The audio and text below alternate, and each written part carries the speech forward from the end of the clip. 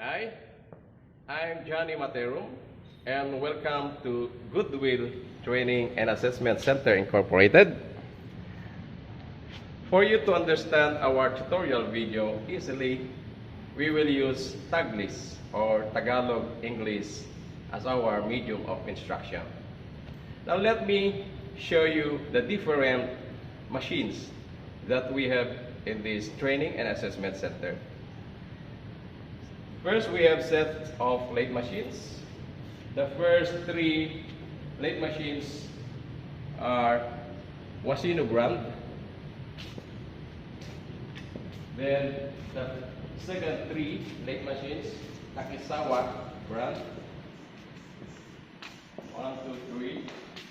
And the last one is Masak brand. So they are all Japanese made.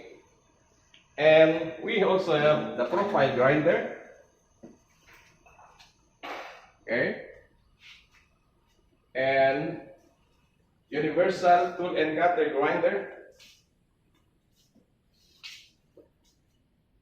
This one. Then centerless grinder. This one. And we have the cylindrical grinder. Another is surface grinder. And we have two units of drilling milling machine, a combination of drill press and vertical milling machine. And on that side, we have the sensitive drill press machine, bench type, pero meron na silang sariling paa, kaya pwede rin tawagin floor type. There are two units. And on this side, we have the plain vertical milling machines. There are two, 1 and 2. And I would like to show you also my surface plate. We have 3 pieces. There are 2 there inside the tool room. And the hardness tester, Rockwell hardness tester. That one. Okay. And on this side we have the universal milling machine. There are 3 units. This could be vertical or horizontal. But this time, nakaset up sa horizontal position. And the next is the stripper machine. And another type of drill press machine, which is called radial drill press machine, a small type. And along this side, we have different sizes of lathe machines.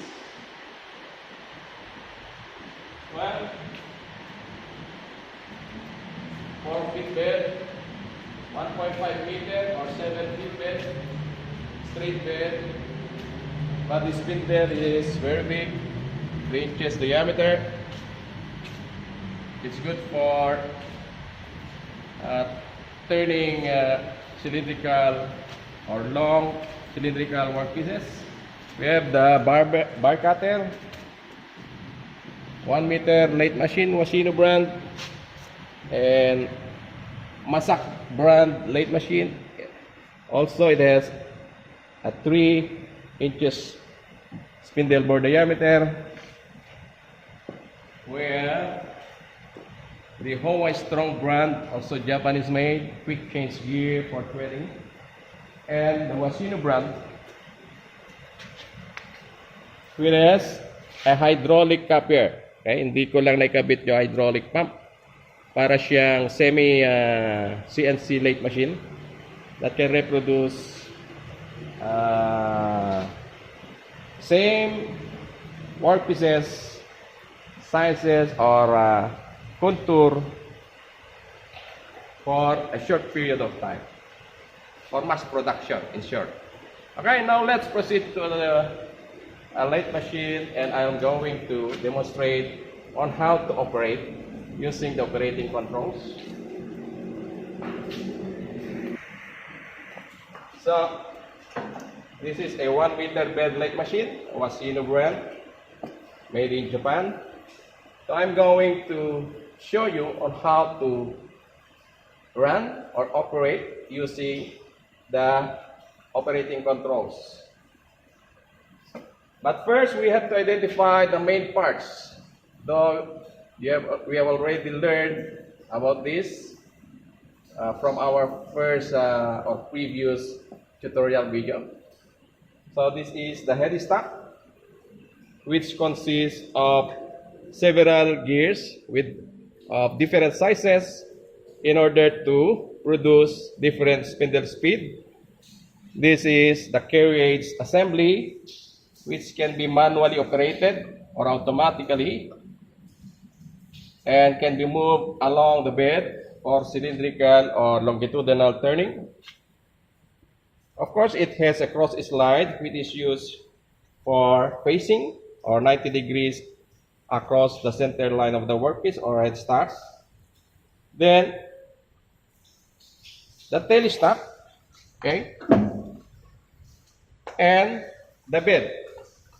On the bed, we have two parts. The outer ways, which the cross slide or the carriage assembly slides for longitudinal movement, and the inner ways, which serves as the guide of the tailstock to produce a correct alignment between the headstock and the tailstock. So it also the part where this tailstock slides in order to move or can be moved along the bed towards the headstock or towards the other end of the bed of the machine. So another main part is the leg or the base, including the foot brake.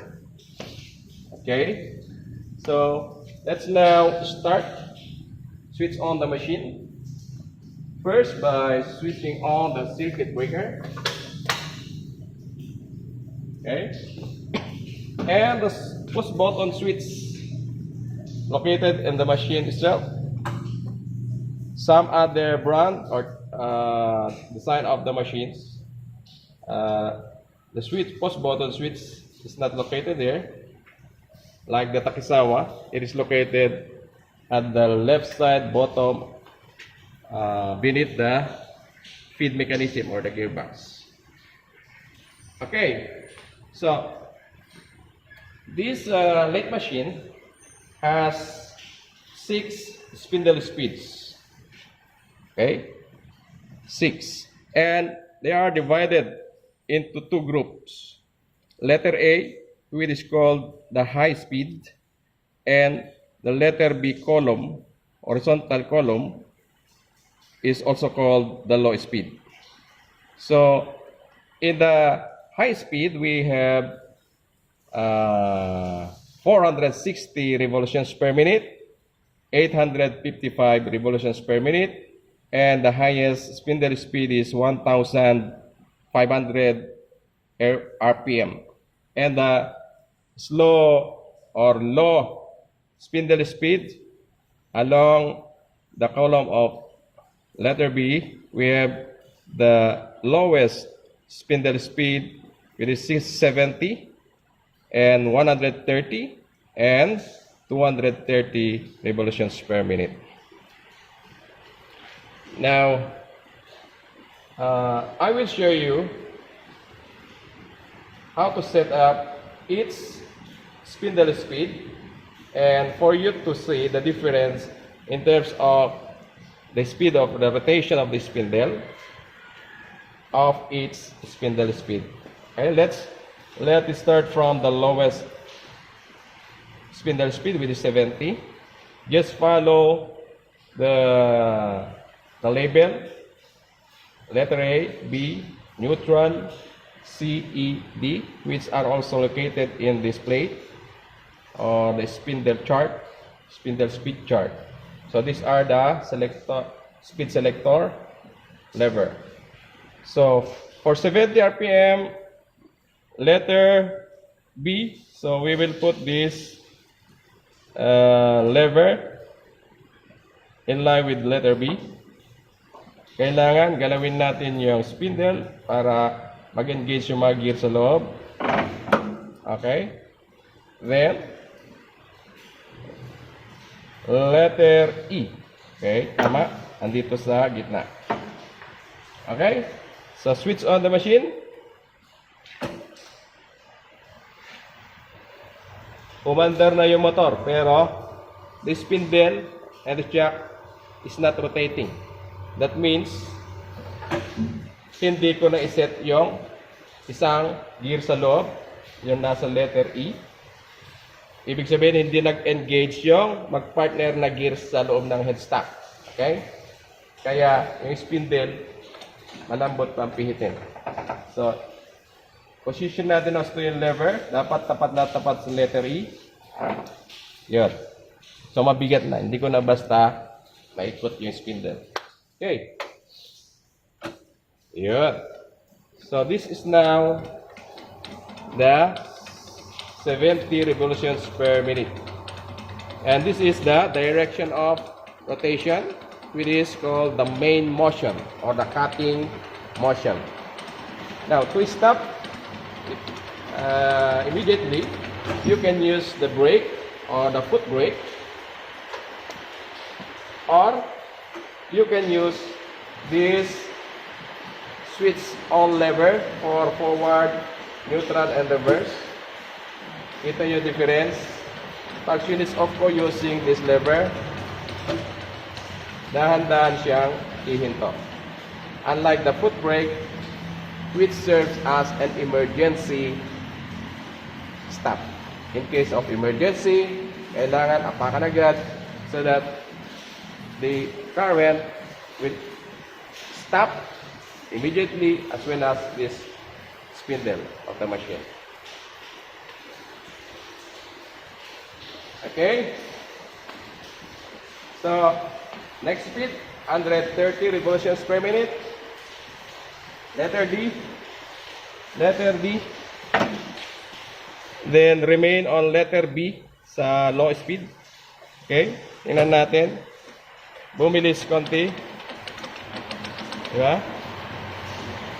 Mas mabilis kaysa si 70 kanina. Okay? Stop. So, ito naman si reverse motion pala. Okay? Yan. Reverse.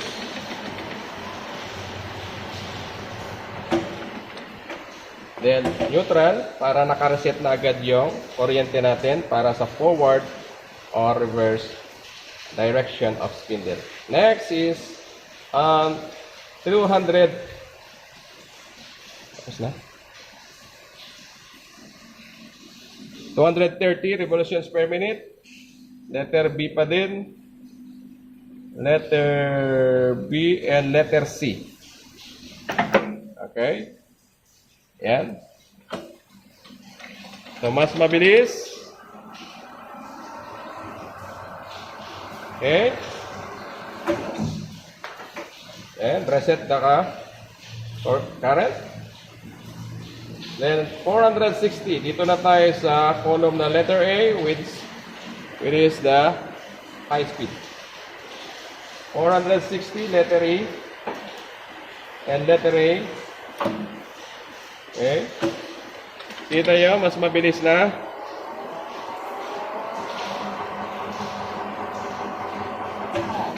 For 855, letter D. And still letter A sa group ng high speed. Reset sa neutral, then forward.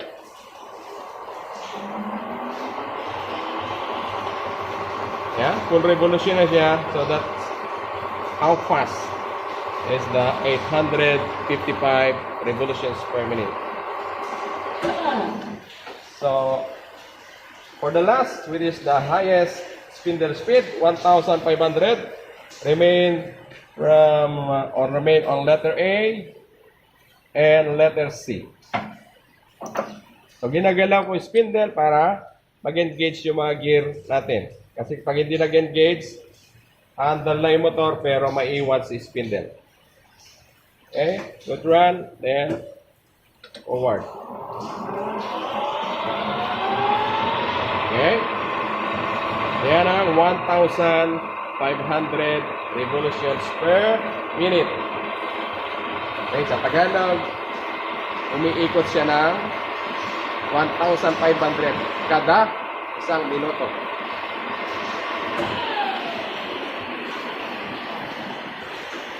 Okay, now I will show you this time the movement of the carriage assembly automatically by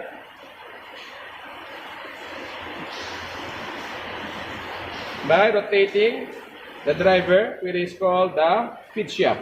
Mamaya, si lead screw naman. Unahin natin si feed shaft. Kailangan umiikot si feed shaft. Okay, set muna natin sa lower RPM. Okay, 230. Letter B tayo. Then, C. Tama, C. Okay? Now, nakita nyo, umiikot na si feed shaft. This is the feed shaft. Ibig sabihin, ready na tayong paganayin yung carriage assembly. Automatically. For longitudinal turning, okay, this is the lever for longitudinal turning. Just follow the sign here, or the signage. Yan, so nakita nyo, umiikot na yung handwheel ng carriage. So tatravel na si carriage along the bed towards the headstart. Okay?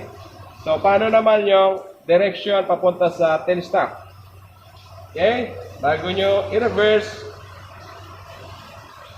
neutral natin. Then, stop the machine. Saka natin i-reverse yung direction of feed. Nakikita nyo rito, yung may arrow sa lever na yan, meron siyang signage na arrow. This is the arrow. Papunta dito. So, dalhin natin sa lever na yan. Papunta sa arrow na yan. Then, papunta sa tailstock yung direction of feed. Let's see. So, nag-reverse na rin si feed shaft. Then, tingnan yung direction ng ikot ng hand wheel. Papunta na ngayon yung carriage sa tailstock. Okay? So, tingnan naman natin si cross slide. Okay, mag-automatic tayo sa cross slide. Dito naman. Okay? So, papunta naman dito sa outside. Okay? Ngayon, kung papunta sa inside, the same manner, switch or stop the machine. Then, position this direction of feed lever. Punta doon. Then, reset. Start. Kikita nyo ngayon,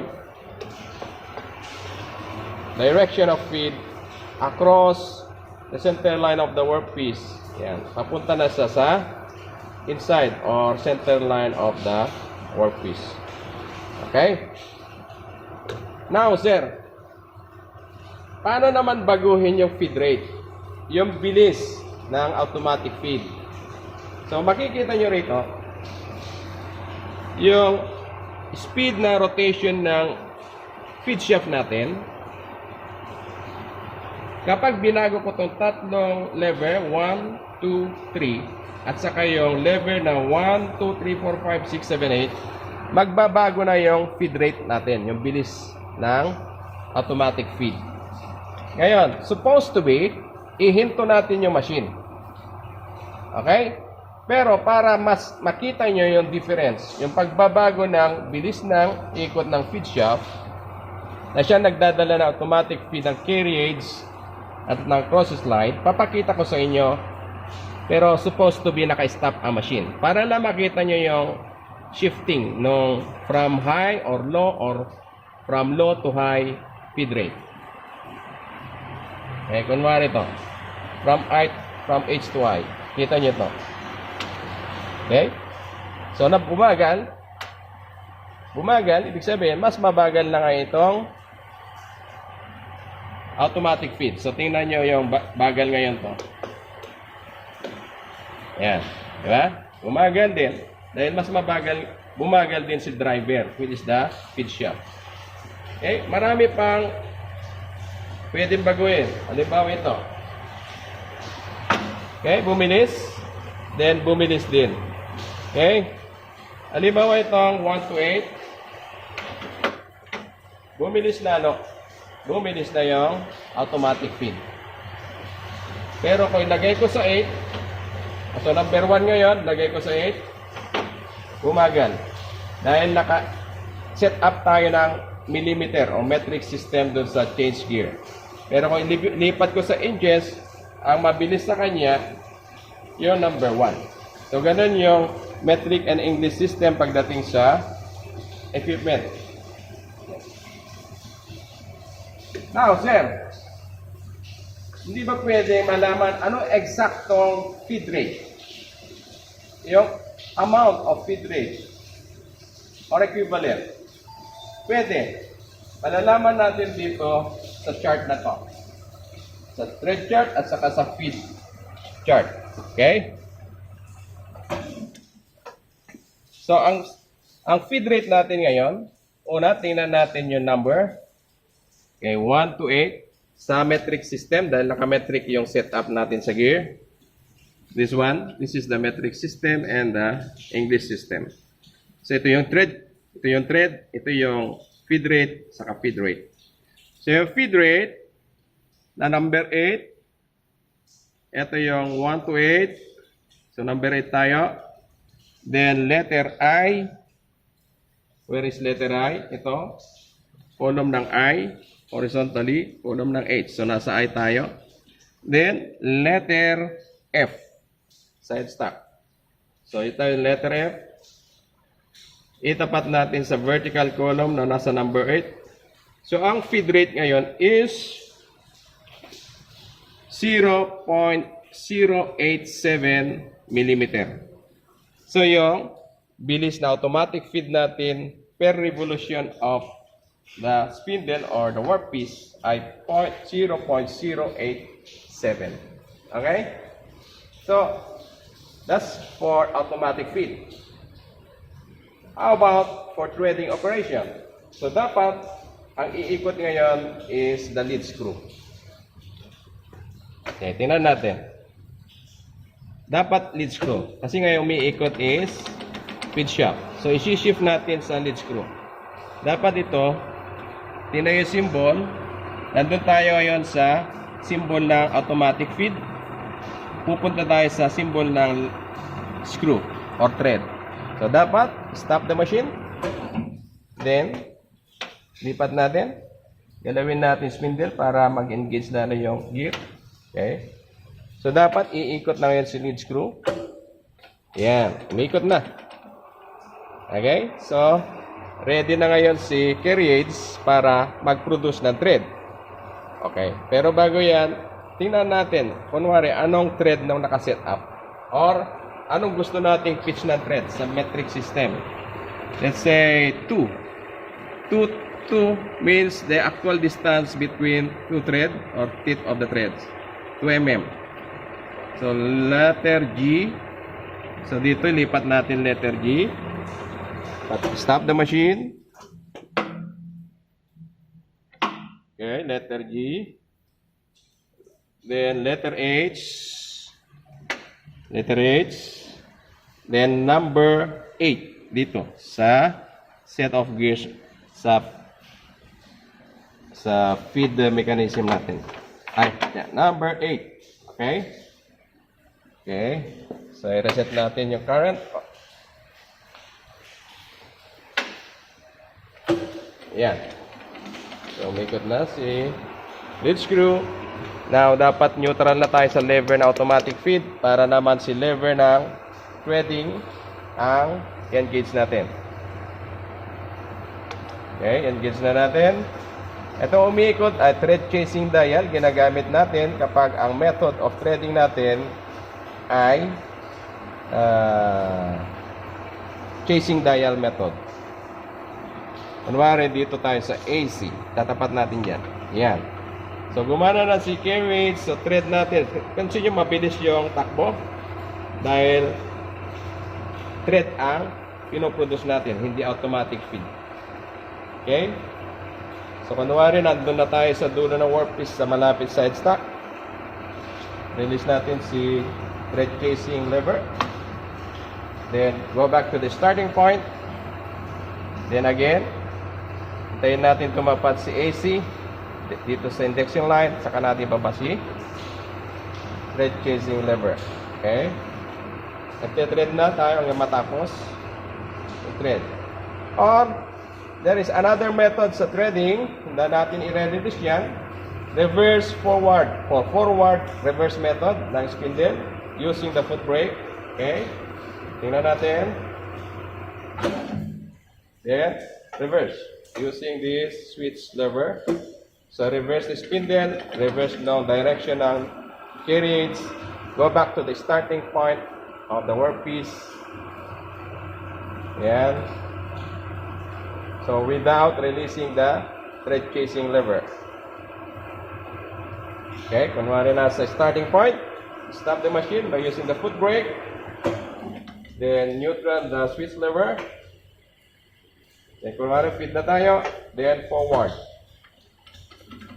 Okay?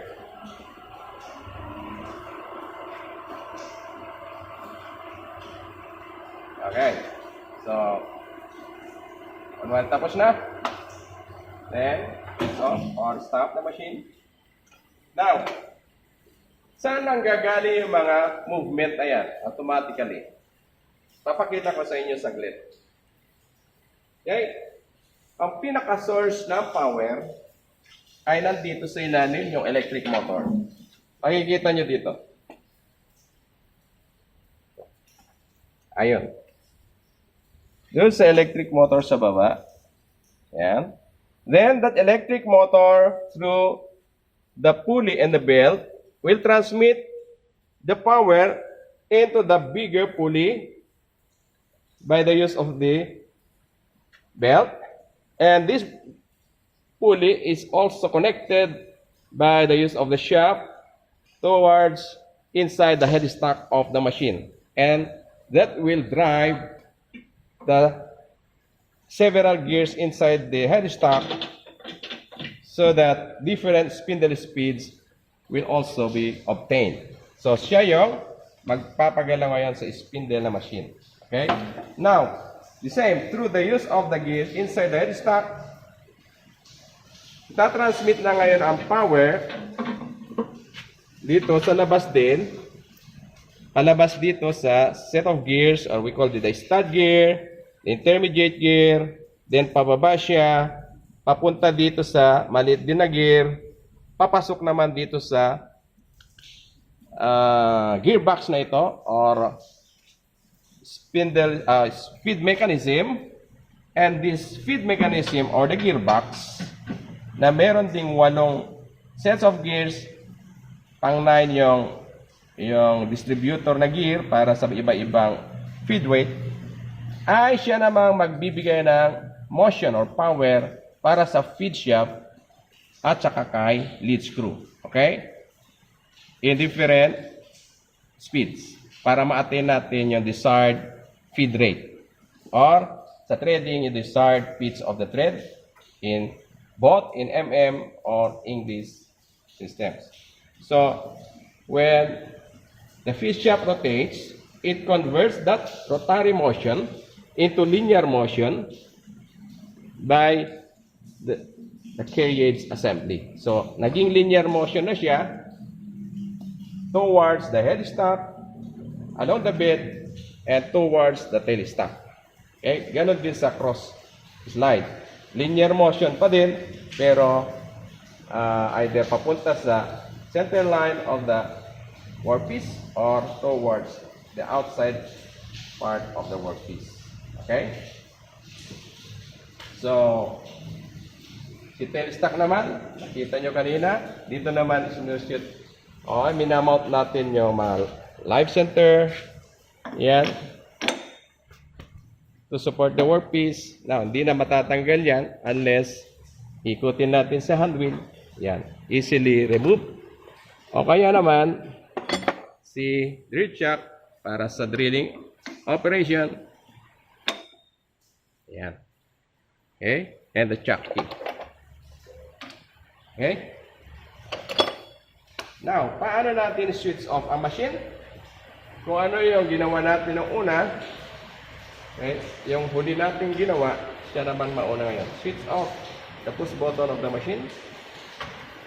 Then the circuit breaker. Okay? Then,